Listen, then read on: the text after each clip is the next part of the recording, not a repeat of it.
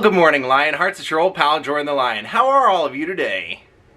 Excellent. Well, today what I have to do is I gotta call Bob and see if we can't set up that interview where I go back out to Phoenix and interview him about Waylon Jennings. I've been really looking forward to it, and this is the day that he said to call, so fingers crossed that this all goes well. I'm gonna take Jaw to the park, and then every once in a while, you know, somebody asks me to do a vlog and it's something I've already done, and so I don't really like to go do or check out a place generally that I have already vlogged.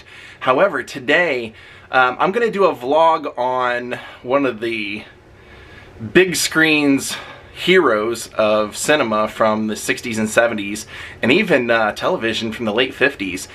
And his story connects to something that we vlogged very, very early on, like in my first 100 days. So it's something very historic that now I believe what was filmed there that we already vlogged, I believe something that changed this guy's life happened at that same place. So we'll eventually work our way over there, and then we're going to hang out with my friend Kevin. So it should be an action-packed day. Daze with Jordan the Lion begins right now.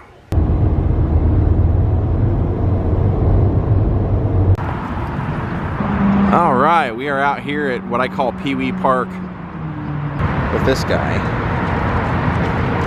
So in addition to everything else I told you we have to do, I also think I need to get some new tires for my car after the road trip and take Jaw over to the doctor and get a checkup. Oh, you guys are lucky you're on the other side of the fence, or he'd have had you. You'd have had him, wouldn't you? Yep, he's San Fernando Valley's #1 squirrel chaser. So I kind of teased you guys a little bit at the beginning of this by telling you that where we're going to go vlog today, we vlogged that specific location before, but a completely different story. It was a movie location. So I'll tell you now, where we're going to be going is where they filmed Laurel Hardy's Music Box Stairs. That's where that was, but our story connects to that. And kind of crazy is that in the movie, when they get to the top of the stairs, these are real stairs that they used for the filming, but when they get to the top, it's a completely different neighborhood than what's there now. But what we're gonna vlog is one of the actual homes that is at the top of that staircase. He's making a friend. Looks like they're watering the park over there, so we'll stay away from that side. We just about had a pretty awful moment here. Jaw was squatting down doing his biz over here, and just as I started walking over to clean it up, the sprinklers fired off and he took off in one direction, and yeah, crazy. If that squirrel gets noticed, he's in trouble.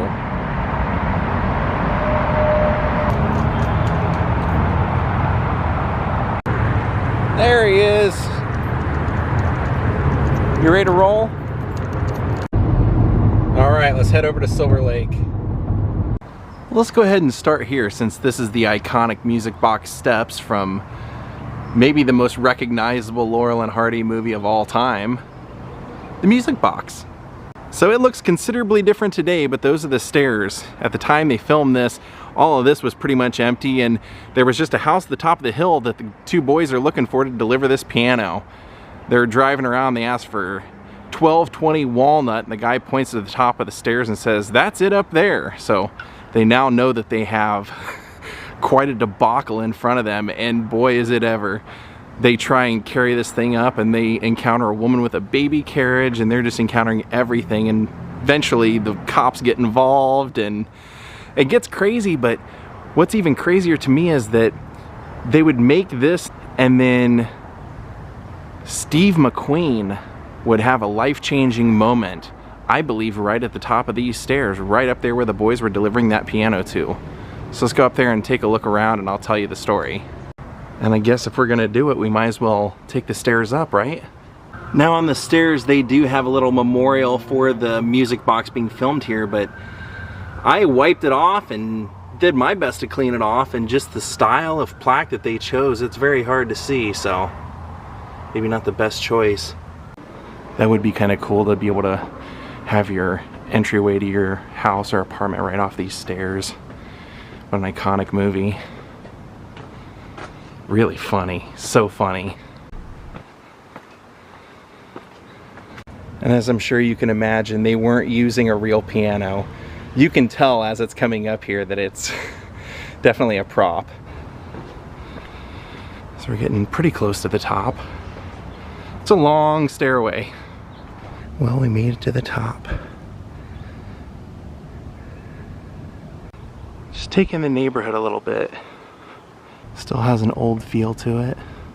So Steve McQueen came to embody what being a heroic man was in movies for the 50s and 60s primarily, even into the 70s. He was a guy who got the girl. He was a guy who could drive the fast car, ride the motorcycle, and he had a really tumultuous life. He was born in Indiana. At the age of 6 months old, his father abandoned the family. He was a barnstorming pilot and just decided to take off. Now, Steve's mom was she was a young farm girl who never really got to live, and she didn't want to be a single mom, and so she became an alcoholic and a partier and was always with a different guy. So she eventually ditched Steve and left him with an uncle. So Steve was a troublemaker. I mean, he was a troublemaker because he was a child of a broken home. Didn't have a mother, didn't have a father, though his uncle, did kind of help stand in. Steve was one of those kids that was always in trouble, and it really kind of culminated at the age of 13, 14 when he and a bunch of his buddies in Missouri, where he was living with his uncle, decided to take their BB guns and start shooting out some windows of a restaurant. Now, Steve was an interesting guy because the habits he would have as a kid would pretty much follow him his entire life. He would be a hellraiser his entire life, but he did have a conscience. So when he shot out those windows, he felt so bad about it that they said that he actually ran away from home. He didn't want to besmirch his uncle's name, and so when I guess a circus came to town, he just hitched a ride with the circus and made his way out here, where his mom had eventually landed and had married a pretty abusive alcoholic man named Hal Berry.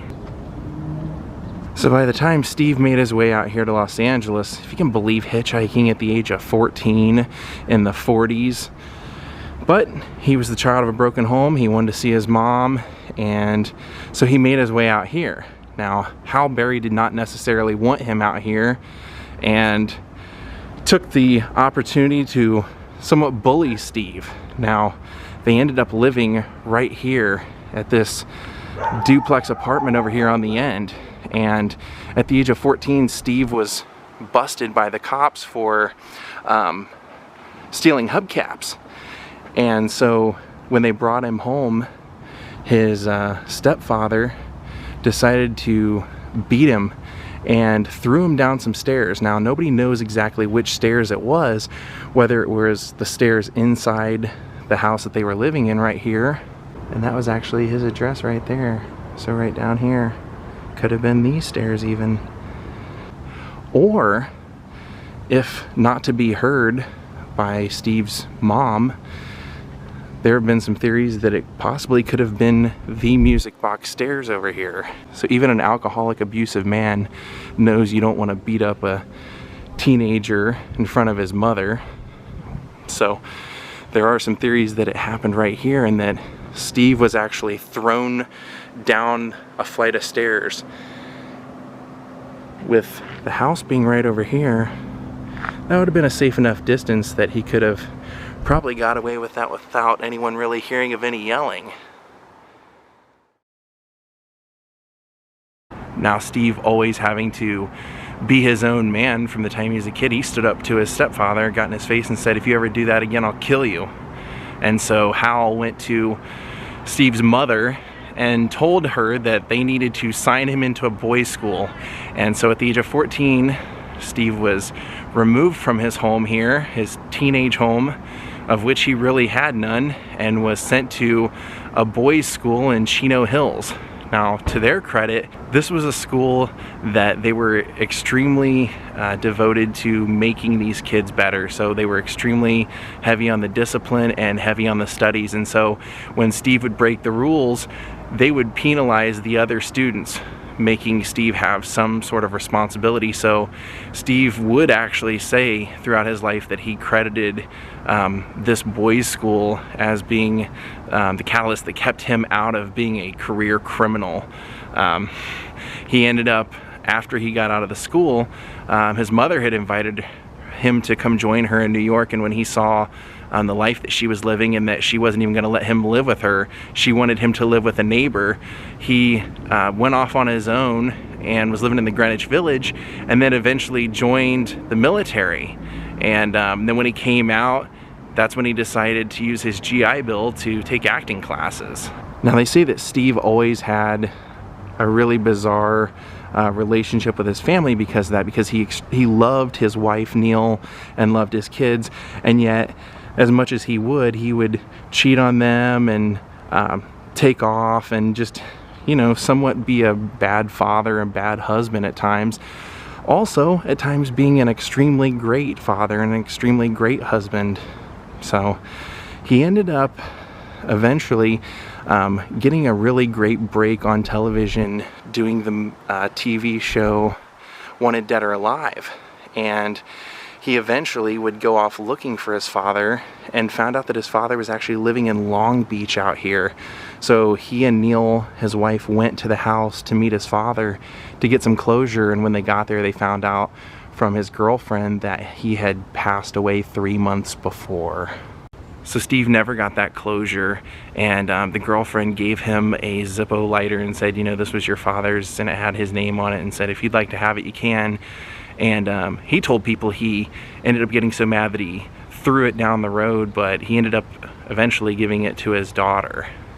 Now when Steve's mom died, he never really had a relationship with her. And yet he would insist that on putting her in the most expensive plot in Forest Lawn, and that her eulogy basically said, you know, sad that this is a woman that I don't really even know that much about. Steve McQueen went on to be in countless movies, all of them successes, including Bullet, and would be known for trying to upstage all the people he acted with.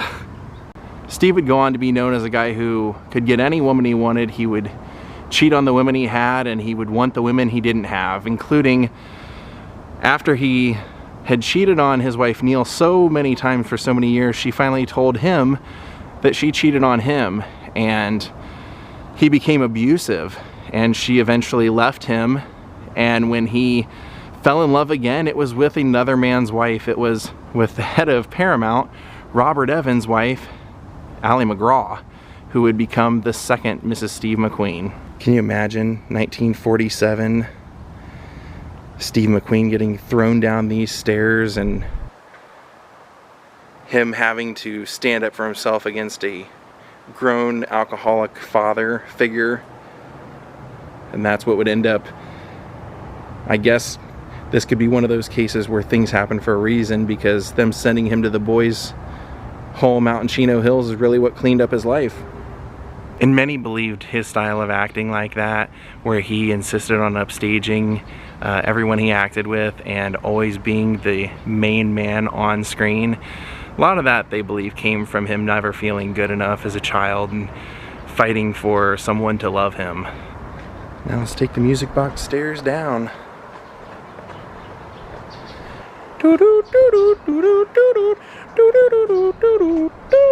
That's just the Laurel and Hardy theme song. I'm just having fun. Taco, anyone? Let's go look into this brake and tire situation, see what we need.